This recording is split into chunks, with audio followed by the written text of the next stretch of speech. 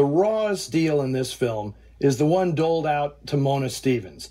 She doesn't even get a final close-up, since it would ruin the somber effect André de Toth was going for. Instead of a melodramatic Hollywood finish, de Toth undercuts everything. Johnny and Mona miss each other by seconds. He sees her, but he can't call out. It totally defies the usual formulaic ending. We're denied a final moment between the star-crossed lovers who'll never see each other again, and all that schmaltzy jazz, blah, blah, blah. What difference would it have made? Stuck between Smiley, Mac, and Forbes, Mona gets screwed no matter how you cut the deck. She is the true noir character in this film. Now, Pitfall could be remade today from her point of view. Deal me in for that. And by the way, those final scenes are precisely why you made a film independently in 1948. So no studio boss could force a bogus, upbeat ending on a picture that addressed adult issues in a mature manner.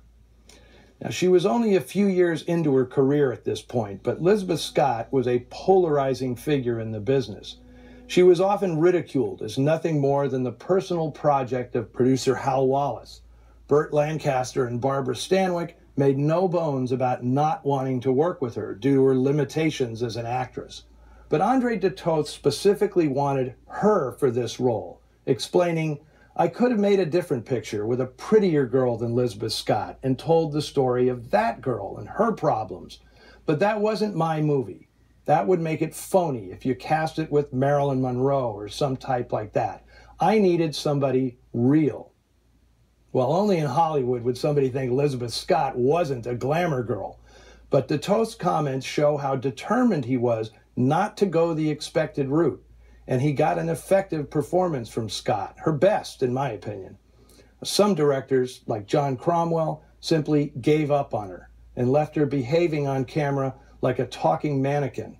But de Toth was exceptional at finding where the performer and character intersected, and then drawing out something genuine. What happens to men like you, Johnny? If I had a nice home like you did, I wouldn't take a chance with it for anything in the world. I'll do anything I can. Will you really? What he got from Scott, I feel, was her underlying resentment at having no control over her life. After all, she got her start in Hollywood as Hal Wallace's personal property. And for years, everyone believed she was his mistress, or as they said back then, his protege. Young actresses didn't have much independence in those days, and Scott had even less than most. Her career truly was a case of men constantly telling her what was good for her, and building her persona as competition for Lauren Bacall, Veronica Lake, and any other husky-voiced, sultry blonde. They even branded her the Threat, to boost her allure as a femme fatale.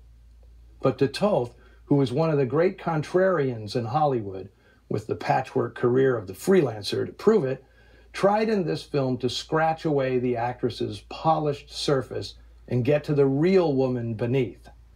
Now that would be Emma Mazzo from Scranton, Pennsylvania, who had a thick mid-Atlantic accent it took years of elocution lessons to overcome. Sort of. She had a distinctive but unclassifiable way of pronouncing things. Essentially, Liz Scott had her own dialect. Hollywood via Scranton by way of Broadway. It's amazing André de Toth could see the real person beneath the carefully calculated facade. Now, there's a theory that Lisbeth Scott was the basis of the Eve Harrington character in All About Eve, that Joe Mankiewicz based his famous 1950 film on stories about Scott, who was still a teenager when she served as Tallulah Bankhead's understudy in the 1942 Broadway production of Thornton Wilder's The Skin of Our Teeth. Quite a rivalry developed between the two women. Scott was aggressive about trying to prove herself, while the imperious Bankhead declared, "I don't have understudies. If I don't go on, the show doesn't go on," which is precisely what happened. During the run of the show, Scott never once substituted for Bankhead on stage. Now, I've said it in print, so I may as well say it again now. No one will ever mistake Lisbeth Scott for a good actress, but she could be used effectively, and to me, André de Toth did that as well, if not better, than any director. and Scott appreciated it. She said for the record that Mona Stevens was her favorite role out of all the films she made. Now, I feel bad because I've said nothing of Scott's co-star in this film, Jane Wyatt. But I'll have time for that next week because Miss Wyatt will be back. Only she'll be a dyed-in-the-wool femme fatale, the antithesis of the part she played in Pitfall. Be here when Noir Alley presents the TCM premiere of The Man Who Cheated Himself, newly restored by the Film Noir Foundation. Now, till then, send those cards and letters via Facebook and Twitter, and stay away from any guys named Mac or Smiley.